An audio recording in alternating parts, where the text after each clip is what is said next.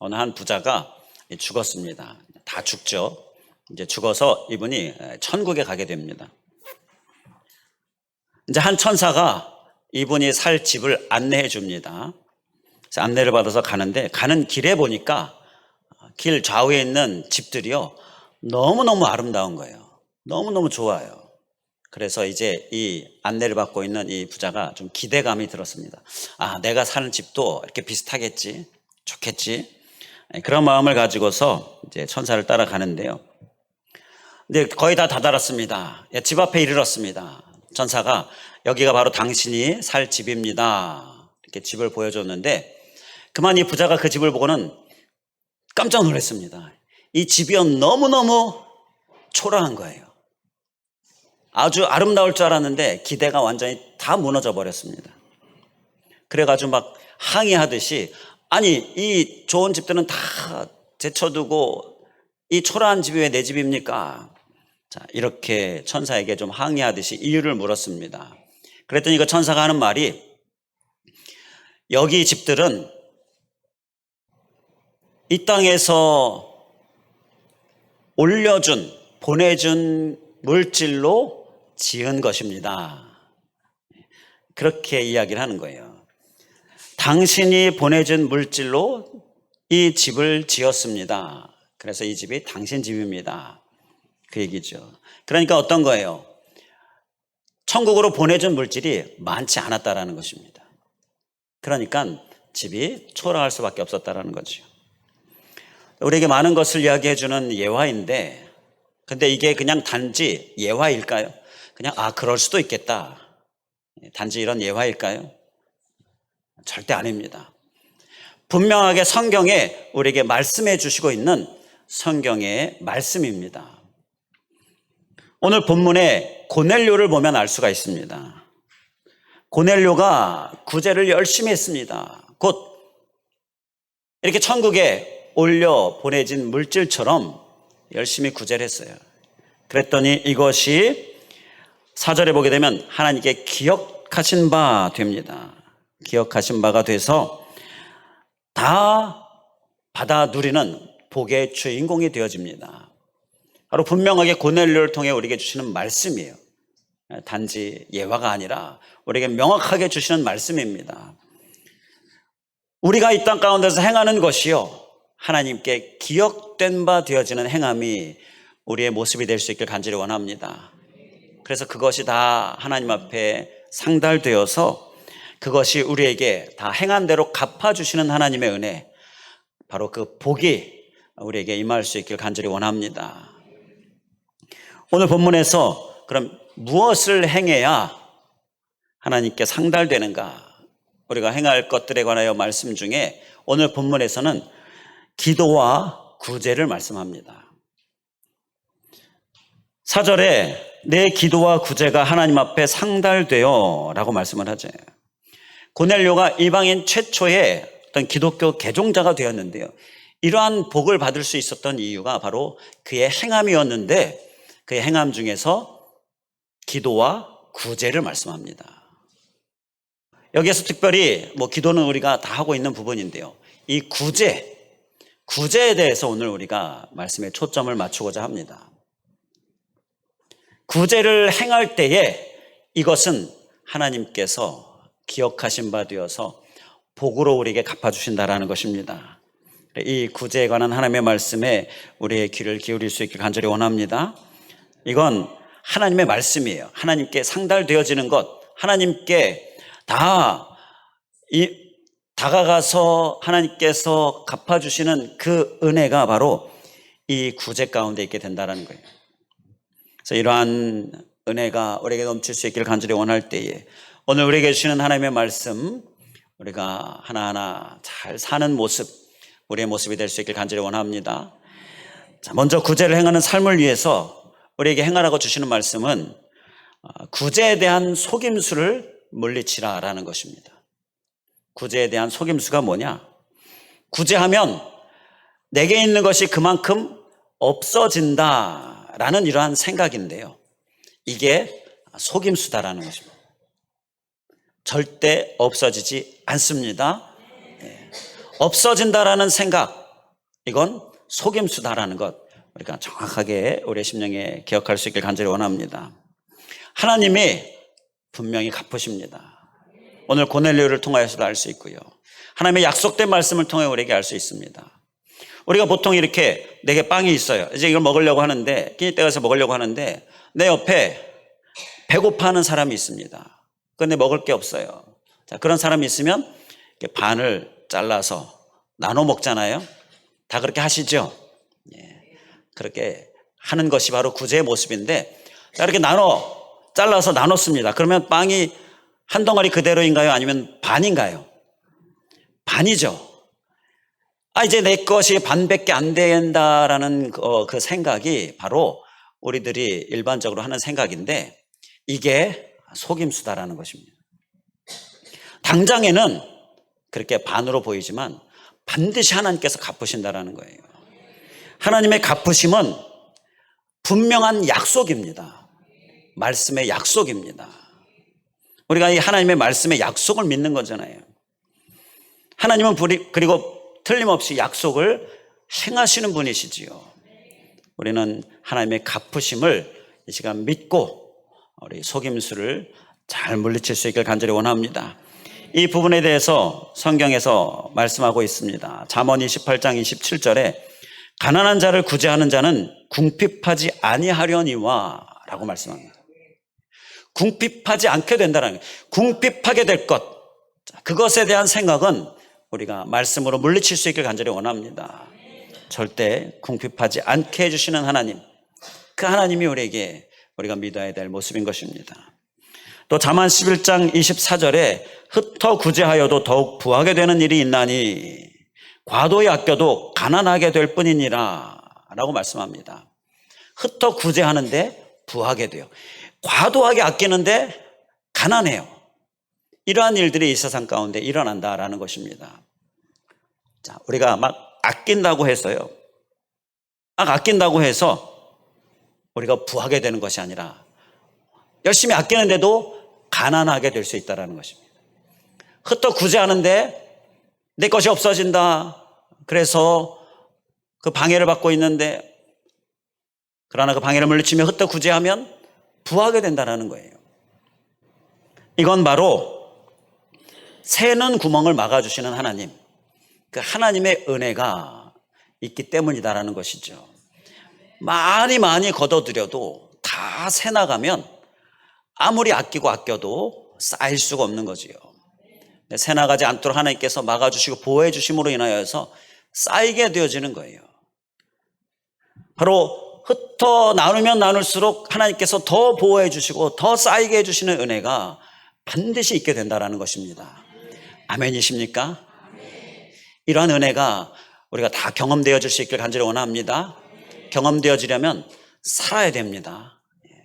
말씀을 우리가 들었다면 그걸 내가 경험해보고자 하는 거룩한 욕심 우리에게 있기를 간절히 원합니다. 막 구제하고 나눠주는데 막 쌓여요. 막 부하게 돼요. 자, 이런 일이 일어납니다. 다 그 경험자, 주인공 될 수 있기를 간절히 원합니다. 그래서 말씀은 살아야 되는 거예요. 살아보지 않고 의심하고 염려하고, 그래서 내 것이 이제 줄어들고 궁핍해지고 이러한 속임수에서 우리가 헤매는 모습, 이제 벗어날 수 있기를 다시 한번 주님의 이름으로 간절히 축원을 드립니다. 자, 또 구제를 행하는 삶을 살기 위해서 하나님께서 우리에게 주시는 말씀을 보면요, 구제를 살지 않는 자를 향한 경고의 말씀이 또 기록되어져 있는 것을 보게 됩니다. 잠언 21장 13절에 보게 되면 귀를 막고 가난한 자가 부르짖는 소리를 듣지 아니하면 자기가 부르짖을 때에도 들을 자가 없으리라. 자, 이렇게 말씀합니다. 우리가 하나님께 간절히 부르짖습니다. 하나님의 복을 위하여, 하나님의 많은 부함을 우리에게 부어주시기를 위하여서, 물질을 위하여서도 많이 간절히 기도하지요. 자, 그런데 성경 말씀에서는 명확하게 그렇게 기도하면서 정작 나를 향하여서 부르짖는 소리, 나의 도움을 요하고 나의 나눔을 요하는 자들의 부르짖는 소리에 내가 귀를 막으면 하나님께서도 귀를 막으실 수밖에 없다라는 것입니다. 바로 이러한 경고의 말씀은 하나님이 다 들으시지만 그러나 들으시는 대로 우리에게 부어주시지 못하는 안타까움을 말씀하시는데요. 그것은 내가 다른 사람의 부르짖음에 반응하지 않을 때에 하나님께서 나의 부르짖음에 응답하실 수가 없다라는 거예요. 우리는 이러한 경고의 말씀도 기억하면서 나누는 삶, 구제의 삶을 꼭 살아낼 수 있길 간절히 원합니다. 심지어 이렇게까지 말씀하세요. 야고보서 4장 17절에 보게 되면 사람이 선을 행할 줄 알고도 행치 아니하면 죄니라 라고 말씀합니다. 자, 이 선, 구제 알아요. 그것이 우리에게 필요하고 우리가 행해야 될 모습이다라는 걸 압니다. 우리가 말씀을 들어서도 알고요. 또 하나님께 주신 양심으로도 우리가 압니다. 그런데 그걸 알지만 행하지 않아요. 그러면 성경에서는 그것은 죄다라고 말씀을 하는 거예요. 그러니까 이 말씀에 비추어서 우리의 삶을 좀 되돌아보면 구제하지 않고 살고 하루하루 살면 죄가 쌓이고 있다는 것입니다. 자, 그냥 나는 아무것도 행하지 않고 있는데 죄를 짓고 있는 꼴이다라는 거예요. 정말 엄한 경고의 말씀이지요. 구제해야 죄를 짓지 않게 된다는 것이고요. 자, 이렇게까지 말씀하시는 이 말씀을 우리가 허투루 듣지 않을 수 있길 간절히 원합니다. 그래서 요한 웨슬레는 이렇게 이야기를 합니다. 우리가 장차 하나님 앞에 설 때에 하나님께서 세 가지 질문을 하실 것이다. 첫 번째는 내게 준 시간을 어떻게 썼느냐. 두 번째는 내게 준 물질을 어떻게 썼느냐. 그리고 세 번째는 내게 준 자녀를 어떻게 가르쳤느냐. 이렇게 세 가지 질문을 하실 것이다. 요한 웨슬레의 말인데 여기에서 두 번째 질문, 내게 준 물질을 어떻게 썼느냐. 이 부분에 우리가 대답할 말, 바로 구제의 삶을 우리가 잘 살아낼 수 있길 간절히 원합니다. 자, 그리고 구제를 행하는 삶을 위해서 하나님께서 또 말씀을 주시는데요. 우리 본문 말씀을 보게 되면 본문 4절에 기도와 구제가 상달되어 라고 말씀을 합니다. 자, 고넬료는 구제 정말 잘한 사람이에요. 이렇게 나눔 정말 잘한 사람인데 그와 함께 기도도 잘했습니다. 기도도 열심을 냈습니다. 그래서 그의 구제뿐만 아니라 기도도 하나님께 상달이 되었는데요. 이건 무슨 얘기냐? 기도와 구제가 함께 가야 한다라는 것입니다. 구제라는 관점에서 보게 되면 기도는요, 무슨 기도이냐? 구제의 대상을 향한 기도입니다. 우리가 구제하잖아요. 나누잖아요. 그러면 나누면서 그 대상을 위하여 기도해야 한다라는 것입니다. 기도하지 않고 나누면 안 된다라는 것입니다. 나누면서 기도도 같이 해야 한다라는 거예요. 기도와 구제가 같이 가야 한다라는 것입니다. 자, 이러한 기도의 삶도 우리가 잘 살아낼 수 있게 간절히 원합니다. 그러니까 구제가 없는 기도가 있어요. 기도하면서 열심히 가난한 사람들, 헐벗은 사람들 위해서 열심히 기도합니다. 하나님, 그들에게 하나님 양식이 주어지고 그들에게 따뜻함이 주어지고 하나님 역사하여 주시옵소서 이렇게 기도하잖아요. 자, 그런데 그렇게 기도하면서 구제는 하지 않습니다. 이렇게 구제가 없는 기도는 위선이다 라고 말합니다. 자, 이러한 위선의 모습이 우리에게 있지는 않습니까? 그리고 또 기도와 연결시켜서 구제는 있는데 기도가 없어요. 구제는 하면서 기도가 없으면 자칫 자만에 빠지게 된다. 그래서 기도가 없는 구제는 자만이다 이렇게 이야기를 합니다. 곧 자기 자랑, 자기 영광에 빠지기 쉽다라는 거예요. 어떤 한 사람이 물에 빠져서 막 허우적댑니다. 그런데 한 그리스도인이 그를 건져주었어요. 살려주었어요. 너무나 감사해서 당신은 도대체 누구입니까? 당신의 이름과 연락처를 알려주시면 제가 반드시 이 은혜를 갚겠습니다. 그래서 이름과 연락처를 알고자 했는데 그 그리스도인이 아닙니다. 성경에 사마리아인, 선한 사마리아인 아십니까? 압니다. 그 사람의 이름 아십니까? 모릅니다. 성경에 기록되어 있지 않네요. 제 이름도 아실 필요는 없습니다. 그냥 선한 사마리아인 같은 그리스도입니다. 바로 이렇게만 기억하시면 감사하겠습니다. 그리고 이제 그 사람을 구한 사람이 물러갔다라고 하는데요. 바로 이러한 모습이 기도하는 자의 모습이에요. 구제하며 기도가 반드시 필요한 것은요, 그래야 내 영광, 내 자만, 내 자기 자랑에 빠지지 않게 되어지고요, 하나님의 영광을 드러낼 수 있게 되는 거예요. 사랑으로 구제해야 한다라는 거지요. 기도가 곧 사랑입니다. 사랑하면 또 기도하게 되는 거고요. 그래서 고린도전서 13장 3절에 내가 내게 있는 모든 것으로 구제하고 또 내 몸을 불사르게 내어줄지라도 사랑이 없으면 내게 아무 유익이 없느니라. 곧 사랑의 기도가 있어야 한다라는 거예요. 기도로, 사랑으로 하는 기도로 우리가 반드시 기도와 함께 구제하는 모습이, 그것이 우리의 모습이 되기를 간절히 원합니다. 예수님께서 또 이렇게도 말씀하셨어요. 마태복음 6장 3절에서 4절에 너는 구제할 때에 오른손이 하는 것을 왼손이 모르게 하여 내 구제함을 은밀하게 하라. 이렇게 말씀하신 이유가요, 외식하는 바리새인들 때문이었습니다. 그들이요, 구제 많이 해요. 율법에 구제하라고 하니까 율법을 열심히 지키면서 구제합니다. 그런데 문제는 구제하면서 기도하지 않는 겁니다. 구제하면서 그들은 자기를 드러내기 위해서, 사람에게 보이려고, 회당과 거리에서 사람에게 영광을 받으려고 그렇게 구제를 행하고 있었던 거예요. 그래서 그들을 보시면서 오른손이 하는 일을 왼손이 모르게 하라. 구제는 이렇게 해야 된다. 은밀하게 하라.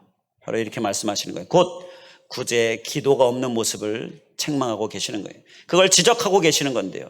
우리는 기도하고 계십니까? 구제할 때에 기도하고 계십니까?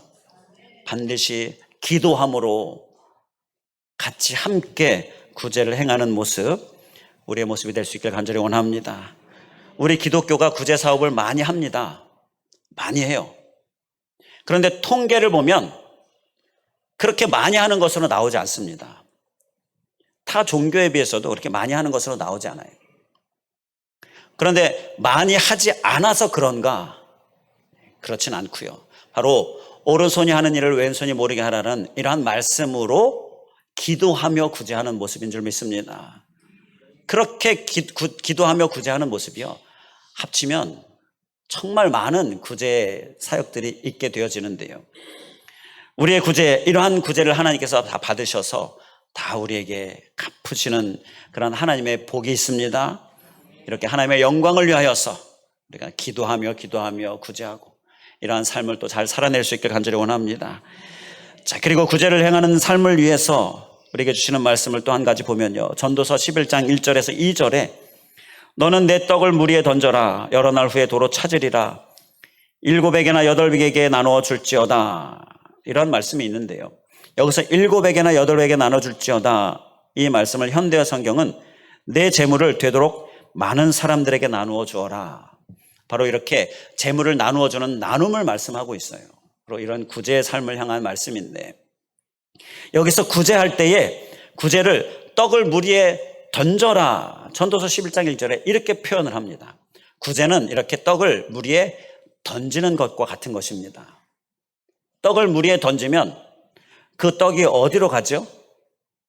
어디로 갑니까? 누구에게 갑니까? 모릅니다.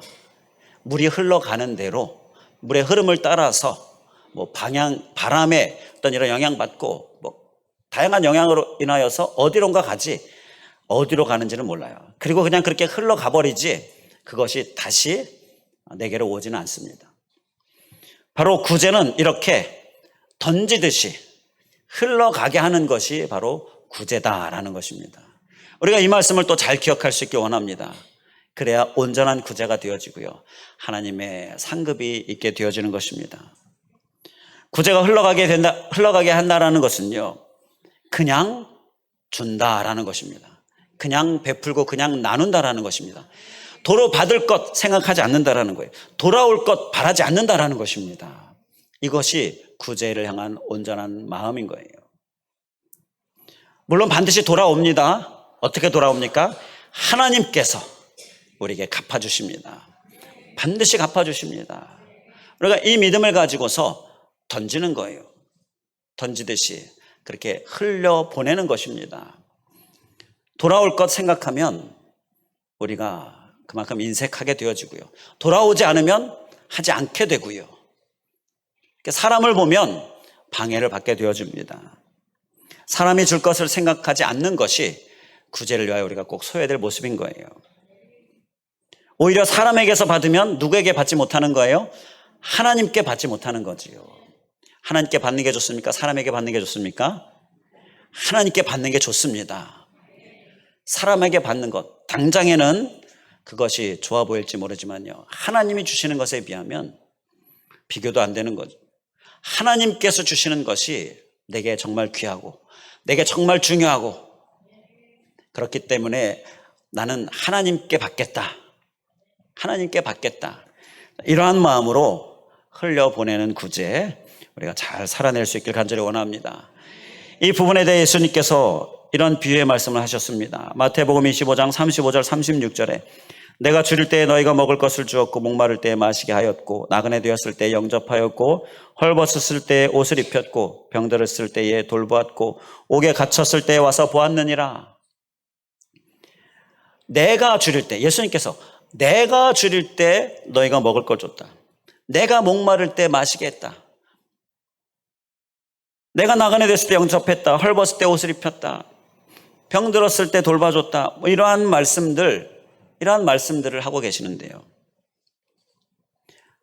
사람에게 나누고 구제하고 돌본 것이 곧 하나님께 한 것이다라는 말씀이지요.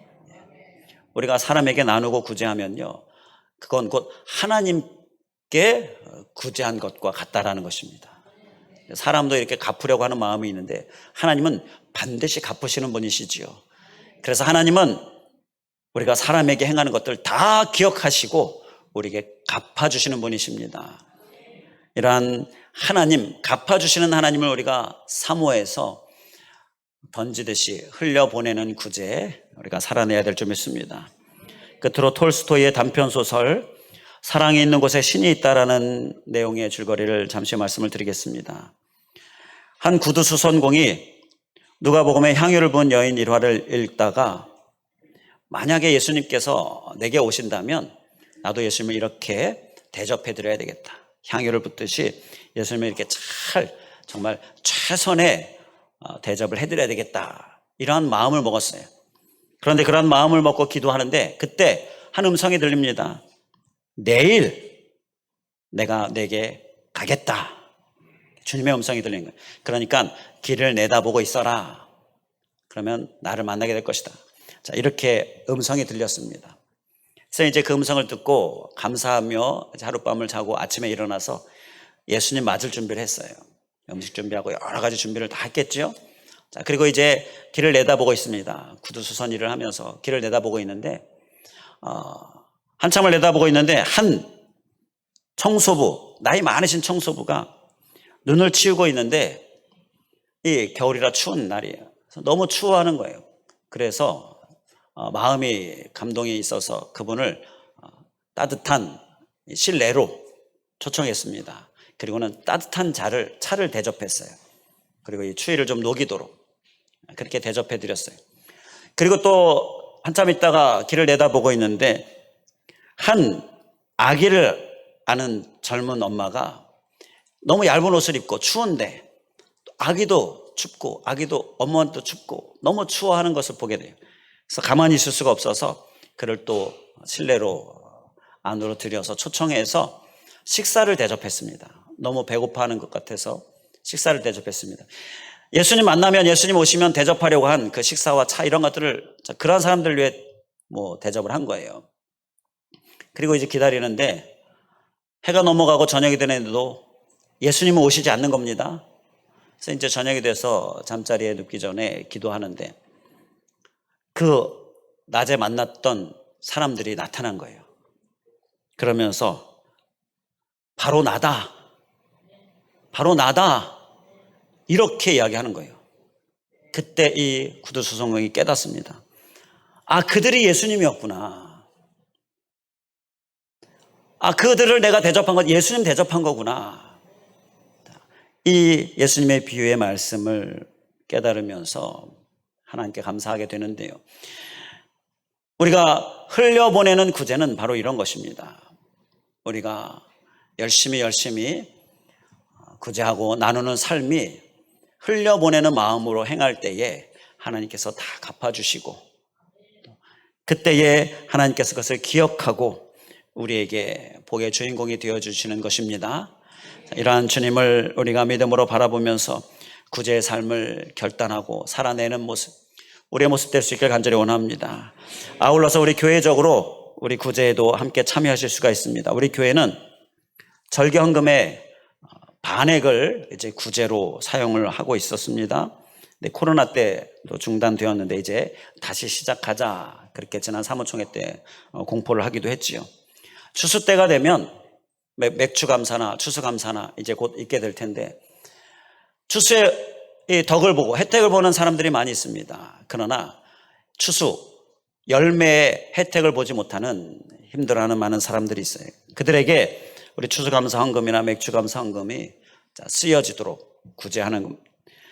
그리고 성탄절에 그 추위 가운데에 따뜻함의 혜택을 보지 못하는 많은 사람들이 있는데, 그들에게 이 따뜻함을 줄 수 있는 그러한 우리의 실천, 성탄 감사헌금으로 구제하는 것.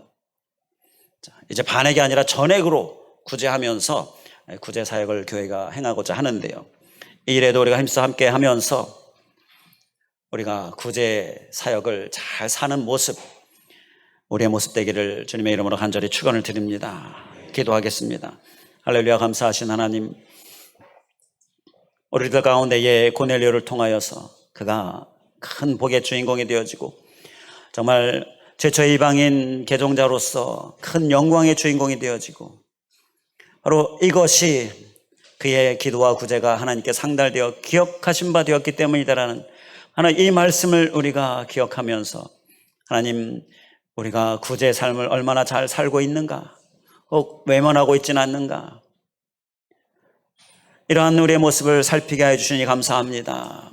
경고의 말씀을 기억할 때에 그것이 구제하지 않는 것이 죄가 된다라는 이 말씀까지도 우리가 기억하면서 우리의 심령에 깊이 새기면서 구제의 삶을 사는 삶, 힘써 사는 삶,